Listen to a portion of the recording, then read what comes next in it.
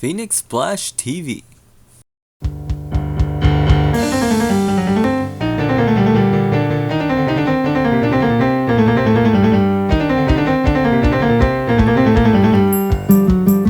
Have you ever heard of Ryuichi Sakamoto?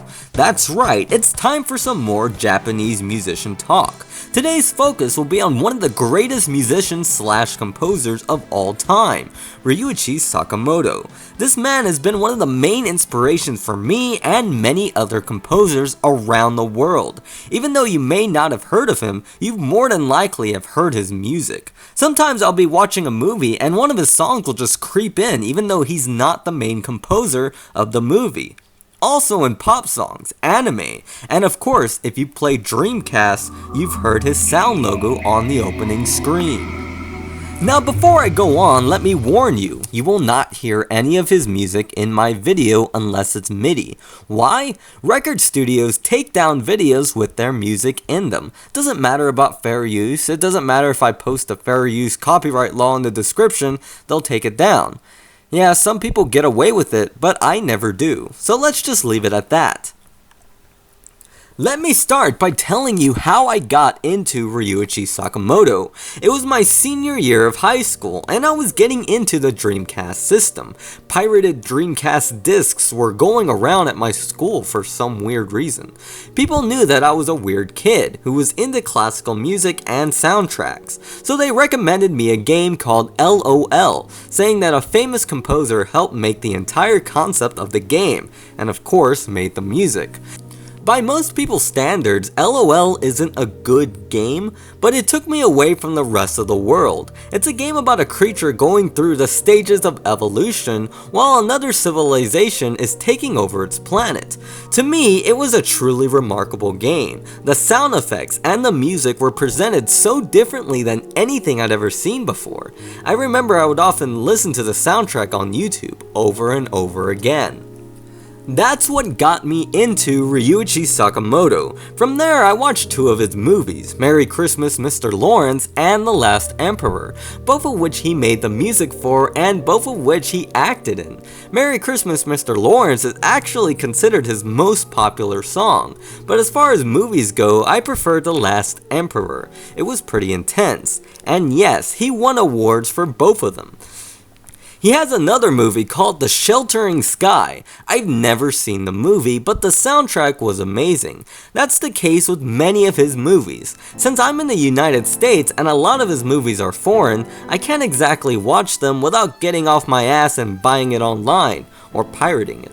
But pirating is bad, so don't do it. I have heard many of their soundtracks. One that stands out is Tony Takanini, I think that's how you pronounce it, which has some of the saddest music I've ever heard. You can't talk about Ryuichi Sakamoto without talking about his band, the Yellow Magic Orchestra. Unlike Sakamoto's solo work, the Yellow Magic Orchestra has actually played in the United States. They even played on Soul Train of all places. Now I'll be honest, I've heard his solo work way more than I've heard his band, but I have to say that his band is really creative. I've seen some of their stuff on YouTube and it's pretty out there. There's a whole lot of material to cover about the Yellow Magic Orchestra that I'll probably save it for another episode. Now there are two sides of Ryuichi Sakamoto, a classical side and an electric side, and then there are some times where he just mixes them up. Albums like Chasm are him experimenting with electric sounds like frequencies and whatnot. When it comes to his solo CDs, I can't really pick a favorite, but if you like easy listening songs like pop or rock, then Sweet Revenge is a nice album to listen to. Smoochie is also good to listen to as well. For me as a listener, I enjoy his classical sounding material more. One of my favorite pieces is the piece he wrote for the 1992 Barcelona Olympics, titled El Mar Mediterraneo. I can't pronounce it, probably. One of my favorite acts from him is when he plays with this trio, which contains piano, violin, and cello. And yes, he is on piano. There's something that's just personal when you see him play his own music on the piano. He also composes solo piano pieces that are sweet and easy to play. He even posts some of his sheet music for free on his website, or at least he used to. Like I've mentioned before, tons of people have sampled his band's music and his own music, from small computer game makers to Jennifer Lopez. Other Japanese sensations like Utada Hikaru have also sampled his popular songs. There's so much sampling going on with his music that Wikipedia can't even keep up with it. Like how Trey Songz sampled one. There wasn't even any mention about it for a long while. You know, I studied music in college, and I had a class that went through history's composers from past to present. There were a ton of composers in there, but guess who wasn't in there? That's right, Ryuichi Sakamoto. Neither was Nobuo Uematsu or Yoko Kanno. They weren't anywhere in the textbook, and I know what you're thinking. Well, they probably just didn't have room for them. But the composer for Legally Blonde was even in there. Ryuichi Sakamoto wrote for the Olympics, for crying out loud. In fact, the only Asians that were even in the book were Chinese, like Yo-Yo Ma and Lang Lang. So I guess the textbook companies favor China and therefore ignore anything Japanese. But that's another story for later.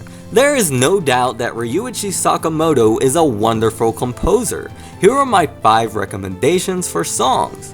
All of his stuff is probably on YouTube in some way, shape, or form. I'll also leave a link to where you can buy some of his music in the description box below. Recently, he recovered from a long hiatus due to him being diagnosed with throat cancer, but now he's slowly getting back into composing music. So, have you ever heard of Ryuichi Sakamoto? Or are you willing to look him up? Leave it in the comments below. Also, if you have any other band or musical artist you want me to check out, leave that in the comments below too. I'm thinking of starting a first impressions video, where people tell me an artist or a band and I check them out and tell you my first impressions. Anyways, thanks for watching. This is Game Analyzer, signing off.